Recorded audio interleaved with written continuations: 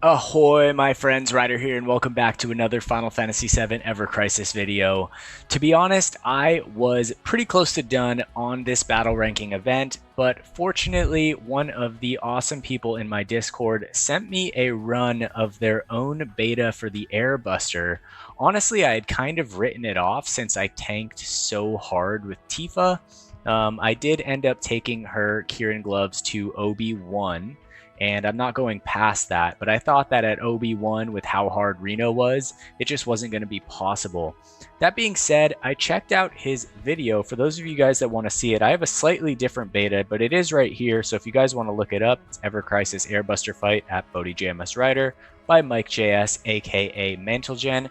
Thank you, my friend. I appreciate the send of the video because now I'm going to be able to put out this guide for everyone else that if you are fighting the Airbuster and you do have the Tifa Kirin gloves at least OB1, then this is going to be possible for you. And I'm excited that it is because honestly, this strategy is much easier than dealing with Reno. Reno is a pain in the ass, guys, not gonna lie. That fight is much harder than what I'm about to show you guys here today. So that being said, I've already recorded the video. I will be doing a voiceover of it.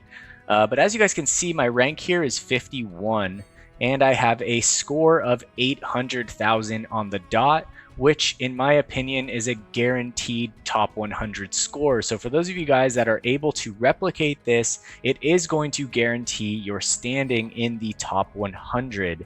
Now, that being said, let's go over here. I'm going to show you guys how I set this up, okay? So there's a couple things that we want to take note of. For enemy HP, we are going to set this on the middle stage right here at 700%, okay?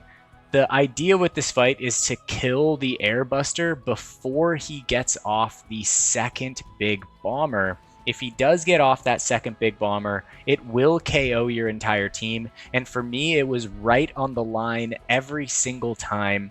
I kill him with these limit breaks that barely do any damage, but I'll show you guys how I do it. And I think that more or less you should be able to replicate this strategy pretty easily. So we're going to have a total stage level of 165, 725% bonus.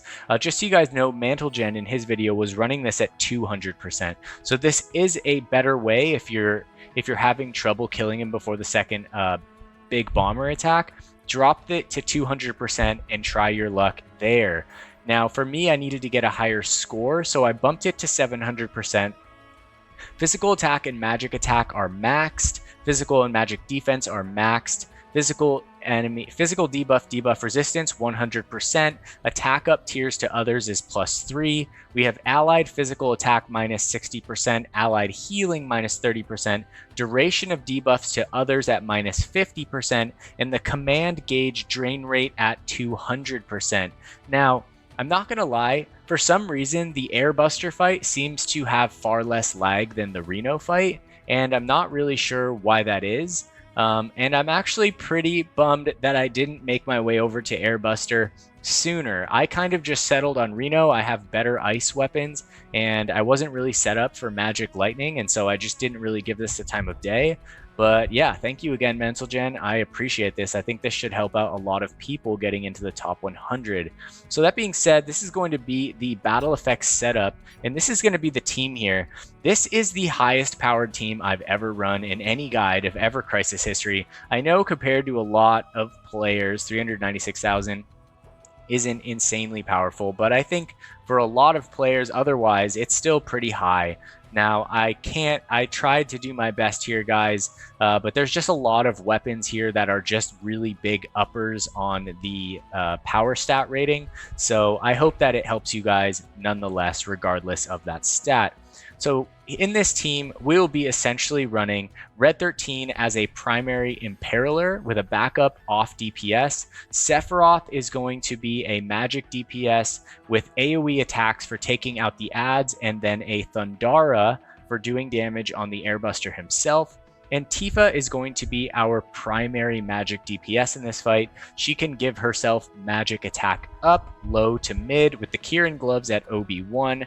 I have the crystal gloves here in her second slot for the solid lightning potency stat as well. Now, I'm just going to quickly go over the team before I get into the voiceover of the guide. So we are running her Lightning Arcanum. Water Blow is essential here, guys, or is this Dolphin Blow? Dolphin Blow. Dolphin Blow is essential. You want your fastest casting limit breaks on each of the characters. You guys will see that I barely kill them with limit breaks right at the end, so you need to get them all off, okay? Other than that, for every single character here, every single materia is a magic attack up stat stick. The only thing that matters is that you give Red 13 and Sephiroth Thundaras primarily focused on magic attack up, right? And make sure you slot them into materia slots that give magic ability damage up. All right, so this one doesn't give magic ability damage up, but it does give ability damage plus 10%. Now, other than that, all other materias here, guys, are magic attack stat sticks. We are going for the full magic DPS build. This is essentially a blitz run, trying to kill him before he kills us. There is no healing, just imperiling, and lots of damage. Also, the strategy, I'm happy to say, is not that bad. The only thing you have to worry about is Tifa accidentally using this ability on accident at the beginning of the fight while the ads are still up. If she uses this even one single time, you will not have enough DPS in order to kill the Airbuster by the time he does his big bomber. All right, so just keep that in mind. Now, as for Red 13, I'm just running him his, what is this costume? The Hellhound costume, just for extra HP here. The Seaside Collar, absolutely imperative here for the Lightning Imperil at high. Also running him Platinum Collar for the Regan, but we never use it. And, of course, Sled Fang for the fast charge speed and the minor damage. Last but not least, we have Sephiroth here running his Magic Arcanum set. We have Heliacal Rising. With the fast charge speed, Protector's Blade in the main slot, and Aonibi in the sub slot here. Now, to just quickly go over their back end builds, Tifa is sitting at 127k power, 9.3k HP, 4.5k magic attack. Her defenses don't really matter at this point. Her R abilities are going to be HP, magic attack 7, lightning potency 6. We've got magic ability potency at 4, and boost magic attack to all allies at 7 here. Her sub-equipments are going to be the CC Alloy Sword right here, magic attack lightning potency, the Thunderbird magic attack lightning potency up, and the Sun Umbrella here for the magic attack magic ability potency as well. Tifa is the primary DPS, so don't hold back on the sub-weapons for her. As for Red 13, sitting at 137k power, 13.2k HP, he's got 3k magic attack, and moving into his R abilities, he's got 7 HP, healing at level 5, boost lightning potency at 4. We've got buff debuff extension, which is the most important stat for Red 13, just so that he can just keep up that imperil for the max amount of time. Then we also have the boost magic attack to all allies. As for his sub-weapons, I have the Centipede at level 10 for the buff debuff extension, Arctic Star at level 6, and the Kamruda wand right here as well. So every single one of these is boosting his buff debuff extension. Now, last but not least, we have Sephiroth here, 131,000 power, 12k HP, 4.2k magic attack. He's got 108 physical defense, 134 magic defense. And looking at his R abilities, we have HP at level 5, magic attack 3. We have lightning potency at 3, boost ability potency 3, magic ability potency 4, the mastery right here, and then of course the level 7 to magic attack all allies. Now, as for his sub weapons, we have the SSR 1976 for HP lightning potency right here. I have Zack's Stream Guard for the boost magic attack to all allies, and then I have the Edged Wings for the big magic attack up boost right there. So that is going to conclude my team build for the Airbuster fight to guaranteed get you guys in the top 100. That being said, let's get into the fight. Alright guys, let's get into the Airbuster voiceover right here. I'm going to explain to you guys how I'm doing this fight. So we're going to start this fight off with Red 13. He's going to Imperil. Then immediately, and I'm going to jump to Tifa, make sure she does not cast the AoE attack. Sephiroth will Frenzied Stance. We're going to go back to Tifa to make sure she does not cast the Crystal Gloves. I repeat, super important, she always uses the Kirin Gloves. Red 13 will be doing Thundaras, and we're going to block the first big bomber. Sephiroth is just going to use 2 Protector's Blade attacks after Frenzied Stance to take care of the adds, then Thundara the rest of the way.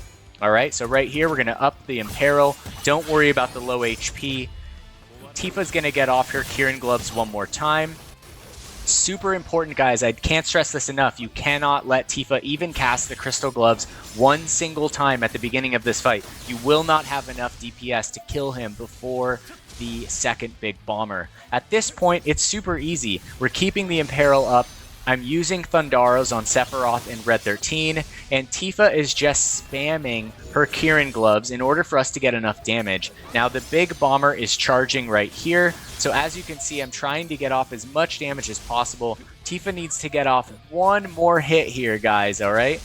Alright, it's very close right here. She does automatically do it. As soon as it hits, I'm immediately going into the limit breaks right there. As you can see, the boss is under 5% HP. Look how little damage these limit breaks do. It's very small, so you have to have him very close to dying if you're trying to get the last finishing kill with these limit breaks. But as you can see, this strategy right here, infinitely easier than dealing with Reno and that Poison Hound and all the crap that goes into that fight right there. So if you guys do have Sephiroth's Protector's Blade, check out Mantlegen's video. I will put a link to it in the description of mine. So he was using Sephiroth with less than OB6.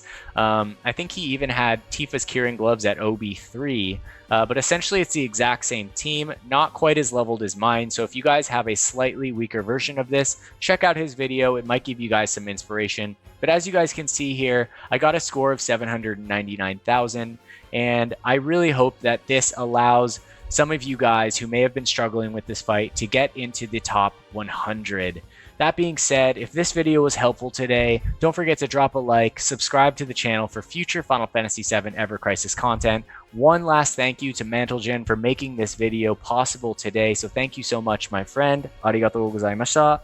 And that being said, I hope you all have a wonderful night. Take care and peace.